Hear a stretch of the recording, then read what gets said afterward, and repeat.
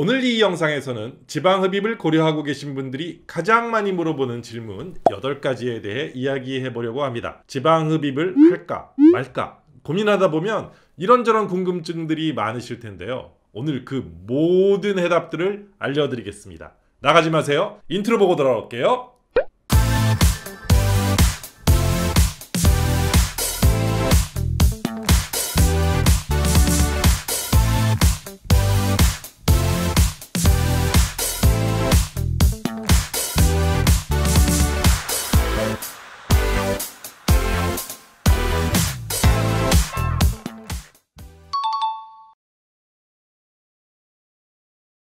지방흡입을 할 때 생기는 출혈은 지방흡입이라는 수술이 처음으로 시작되었을 때부터 큰 고민거리였습니다. 피하 조직에는 지방세포와 혈관, 그 다음에 이제 신경 같은 게 분포하고 있는데 우리가 그냥 지방흡입을 하게 되면은 출혈을 피할 수가 없을 것입니다.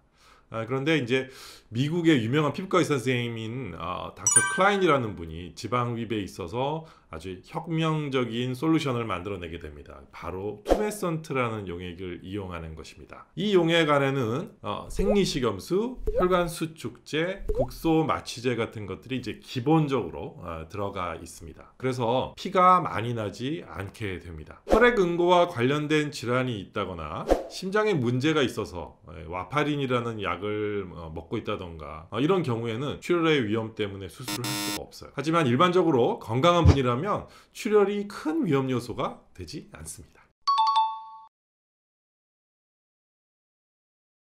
바이오본드라는 단어가 언젠가부터 생겨서 많은 분들이 사용하고 있더라고요. 사실 피부 밑에 딱딱하게 만져지는 부분이 있다, 이런 이야기인데요. 우리의 몸에 상처를 입게 되면 상처 치유 반응이 일어납니다. 섬유질이 생기고 노폐물이 고이고 점점 딱딱해집니다. 특정 부위에 상처가 많이 났다면 그곳엔 섬유질이 더 많이 생깁니다. 하지만 한 달이 지나고 2달이 지나면서 점점 없어집니다. 2달이 지났는데도 없어지지 않아요.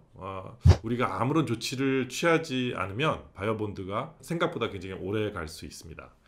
그래서 후관리의 중요성을 이야기하고 싶어요.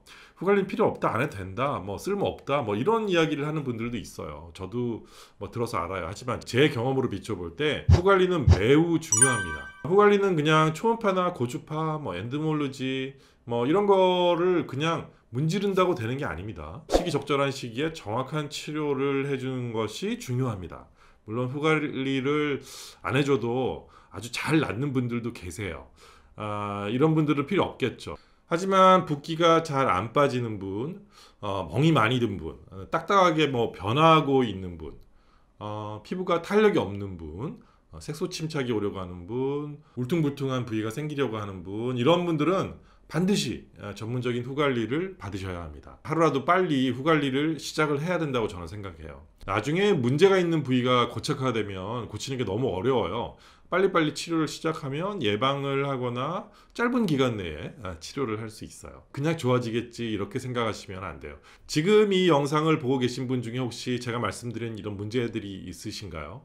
그러면 빨리 병원에 가셔서 어떻게 하면 좋을지 상담하세요. 경험 많은 원장님이시라면 적절한 대안을 찾아주실 거예요.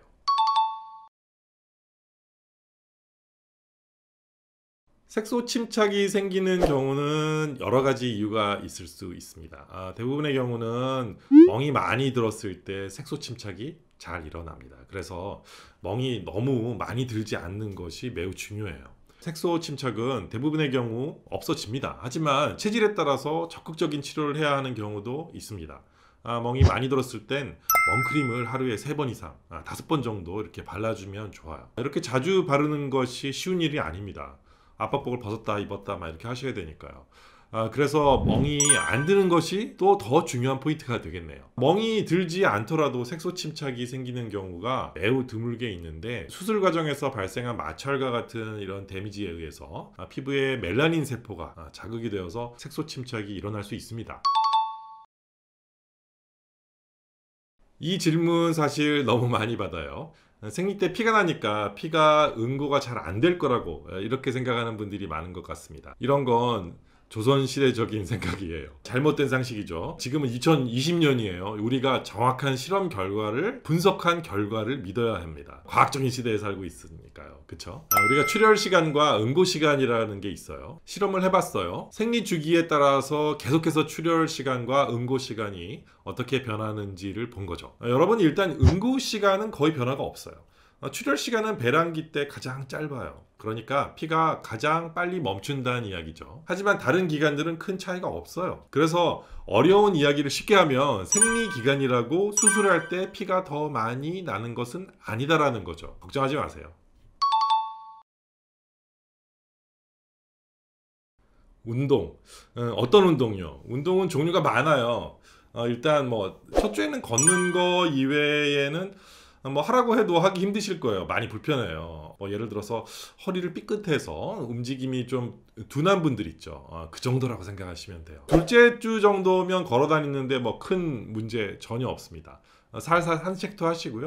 뭐 그 이상을 하시는 건 그렇게 좋지 않겠습니다. 수술을 하면 피하 지방을 뺀 거잖아요. 그래서 이제 피부와 지방이 있고 근육이 있으면 이 사이에 지방을 다 뺀 거죠. 이거 여기를 다 빼고 나면 여기가 이렇게 비벼지게 됩니다. 이렇게 비벼지다 보면은 우리가 무릎을 다쳤을 때 진물이 나는 것처럼 안에서도 진물이 나요. 그러면서 물이 점점 차게 됩니다. 보통 수술 후 한 2주째 때 이런 일이 발생하게 되는데, 그래서 수술한 부위가 너무 많이 움직여지는 이런 운동은 한 3주 때까지는 삼가하시는 게 좋아요. 4주 정도가 지나면 딱딱해집니다. 움직이기가 조금 불편할 수도 있어요. 하지만 스트레칭 위주로 운동을 하세요. 그리고 웨이트 드신다면 뭐 아주 가볍게 시작하시면 좋을 것 같습니다. 너무 이렇게 풀 레인지로 막 이렇게 하지 마시고 적당히 살살 이렇게 하시면서 자기가 자기 자신을 보면서 너무 무리하지 않는 차원에서 하시면 괜찮겠습니다.